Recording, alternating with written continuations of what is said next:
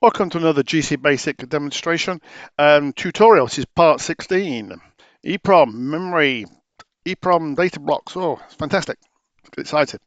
Part 16 for the 16F legacy chips. I've explained what legacy means, but essentially it's the older style chip that do not have PPS. But a lot of what I'm explaining here applies to the 12Fs and the 10Fs. So please like and subscribe. Let the video run all the way through. I'll be very grateful because it helps the metrics. Thank you. So I'm assuming that you've installed the GCBASIC software by installing GC Studio. You've got your programmer working, you've got your PIC all attached, it's quite happy. You've got some LEDs flashing, you had a pot, some switches. You had a USB TTL converter, and you've got an LCD. And I'll show you what I've got attached in a moment, because this is my hardware. So today, what we're going to be using is number 12, the LCD. Definitely the LCD. Number 1, a 40-pin chip. We'll have a look at that in a moment. And we're just going to display the memory contents onto the LCD rather than the serial. I would typically put this on the serial, but we've got an LCD. I'm not a great lover of LCDs because of this. You'll see the information will get displayed, but I have to put lots of delays in it and things. Well, I would just stream it down a terminal. So what does it look like in reality? Here is what I'm using. This is a very low cost board. It was sent, but it was off eBay, very inexpensive. This is my microcontroller, my LCD, some LEDs at the top here, a potentiometer is there. There's a temperature gauge, some switches, what's that? Must be sound, EEPROM, external EEPROM that is, I2C, serial, prototyping area. This is a great board. This is truly a good board. And if you can get hold of one, get hold of one. Okay. Go back to the PowerPoint. So what are we going to be using? This is the layout that we've got. I'm going to just escape from the, because I just need to make sure that I don't mislead you. You do need the LCD for this video. Okay, there we go. That's the layout I've got. But to be quite frank, this is all hard coded. I mean, there's nothing I can do about it because it's actually on that board. Okay. But if you're emulating it, that's what you do. So let's talk about storage.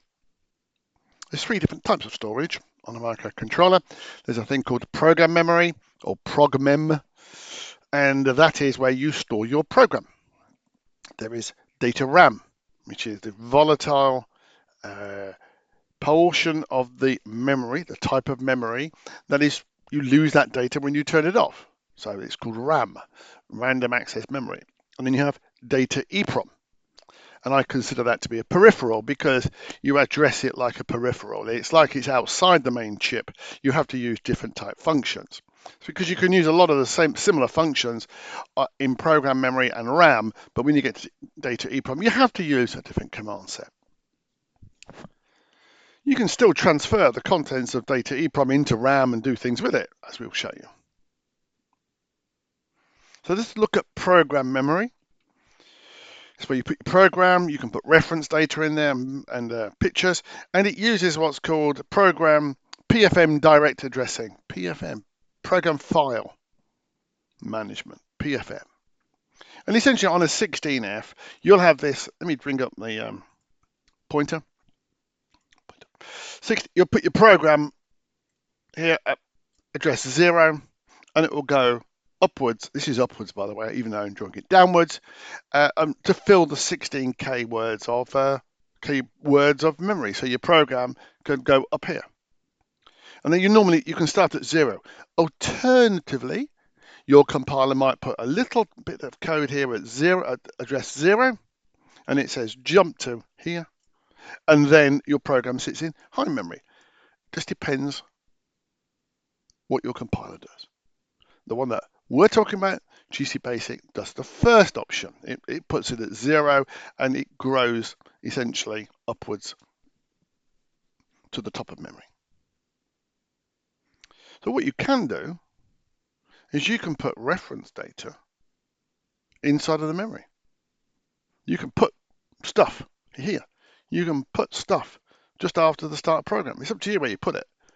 But you could do it, and you can put reference data in there, and that's where you put your pictures. You could put a whole book in there, or what am I thinking of, a BMP.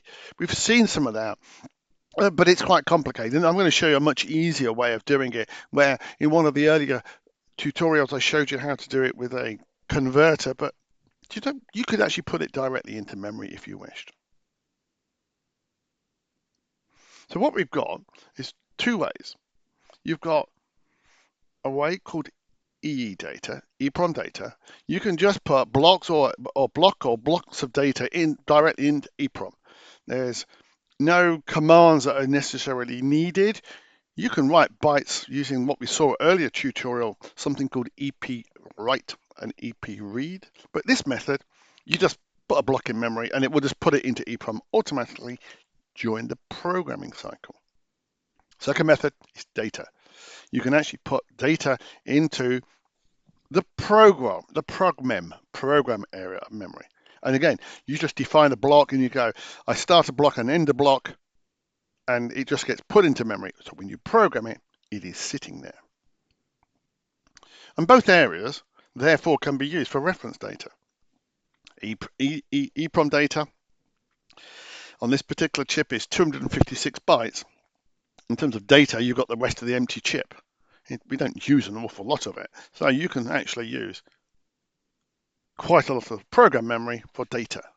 So we got two different things. We got EE data and data, okay? And we'll talk about how we handle the characteristics of EEPROM as a block and data as a block. Those are the keywords. So we're going to look at a program. We're going to look at putting some stuff in program memory and EEPROM and how we handle data blocks. So I'm going to open up the editor.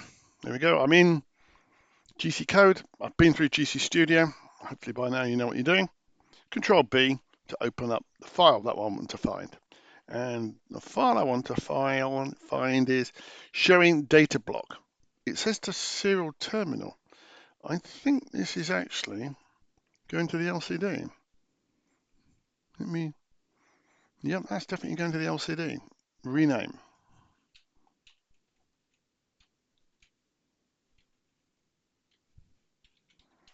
There we go. Rename the file. Control B to shut that down. Okay, the header is the same. Absolutely identical. I just want to recap that. If you're using this particular ocular 16:2 display, let me just show you the camera. It says here ocular OM 612. I might rename that function OM 61214. You just need to ensure that you've actually got that defined. I'll change that actually. Before I release this, I'll change that to 214. Okay. All right. These are the parameters for that particular device, and you need to put some power on it. It has a power switch. Okay. Now, here's the real program. Here is the program. And all the program is going to do is read from some addresses. It's going to, so it says here, look, my offset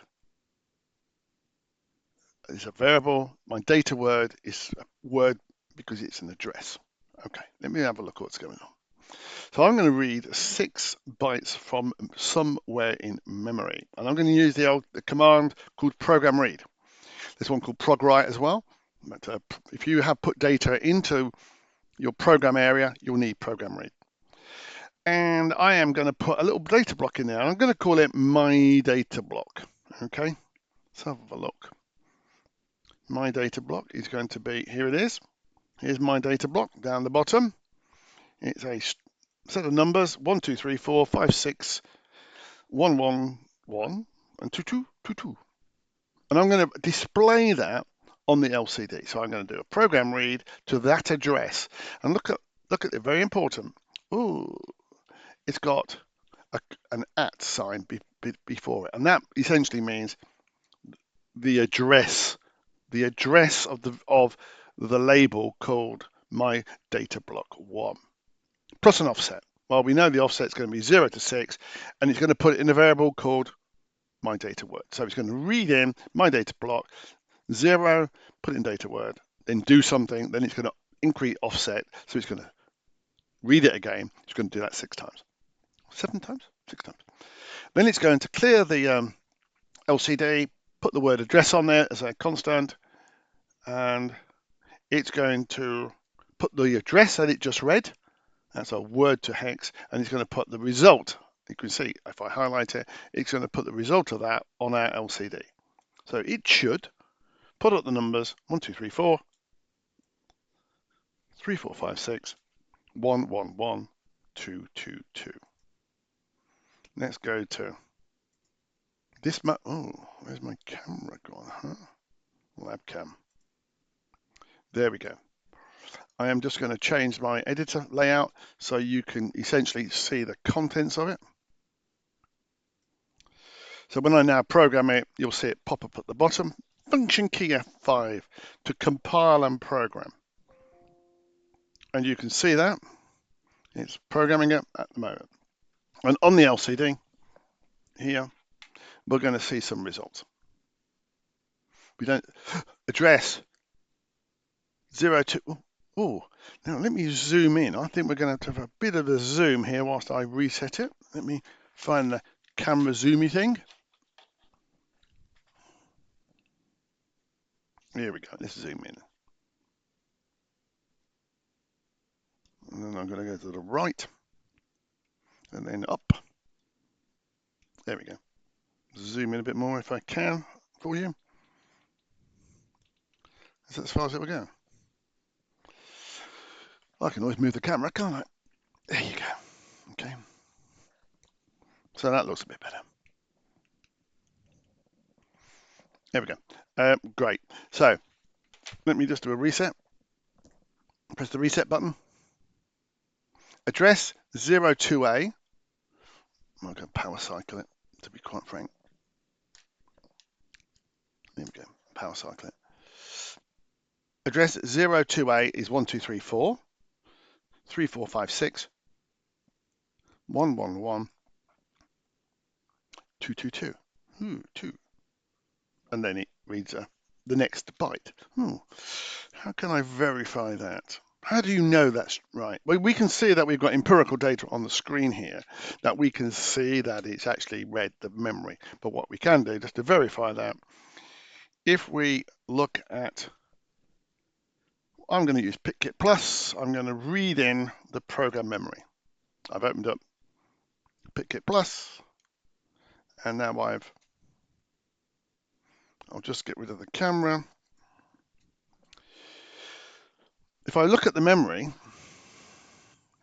the top of memory, A2, here it is, look, it's sitting at, it was 02A9, which is that address there. It's put the address in there, 1, 2, 3, 4, followed by 1, 2, 3, 4, correct. 3, 4, 5, 1, 1, 2, 2, 2, 2, 2, 2, 2, 2, 2, 2, 2, and then the 3F.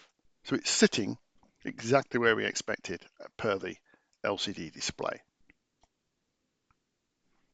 So we can put lots of stuff in there by using this very simple command. Shut down that little window called my data block. And the keywords here is data and end data. Very simple. So what's this block here? I got one called my data block 2, and it's 8 bytes long, and it's the numbers 1 through to 8. But look, it's got the word as a byte. As byte. And let's have a look at PICKit Plus to see where, and here it is. It's loaded a data byte into each word. Look, it's gone 1, 2, 3, 4, 5, 6, 7, and 8.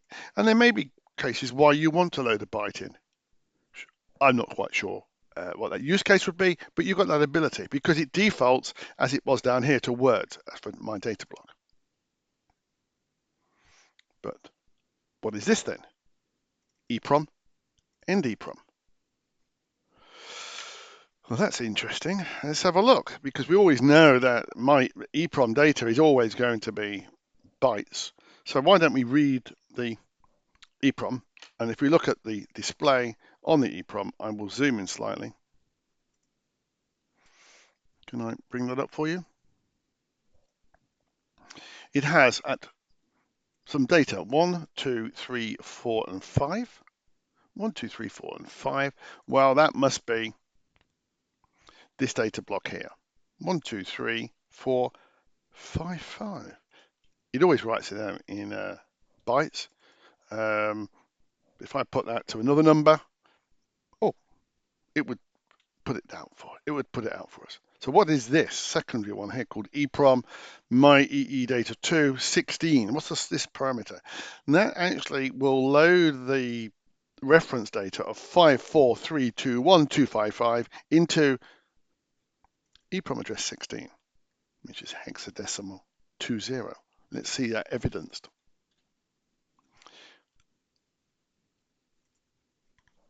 Did I say it was address 20? No, 16 is hexadecimal 10. And here it is, 5, 4, 3, 2, 1, and there's a 5, 5. It's just a way of terminating it. It's not necessary in reality, but it's just a way of terminating it so I can see it when I'm running the demonstrations. So let me just bring that across, and we'll just look back at that program. Oh, I am so sorry. I've just toggled out of the display. So this very simple command here, program read, reads in your reference data. And if I change that to another address like my EE data, it will go and read it. So if I wanted to read in my data block 2, I would come into here and I would say, go and get the data from my data block 2. We're expecting it to read back 1, 2, 3, 4, 5, 6, 7. But remember, it will be in hexadecimal. So if we go out to deskcam, see what it's doing. Might have to reset that out, by the way.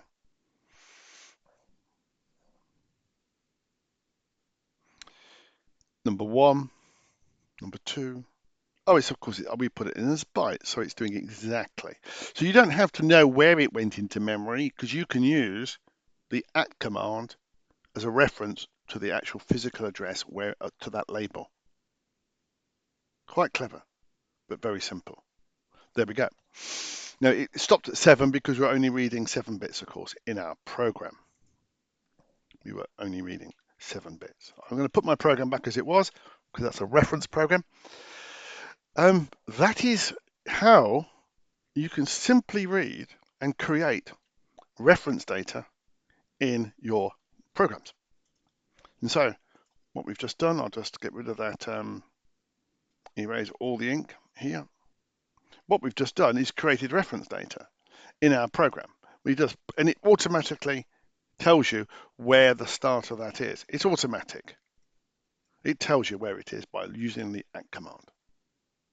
So very simple. And we'll call that a wrap. We're going to move on to the toolchain itself, and I hope you enjoy it. So part 16 complete. Do enjoy.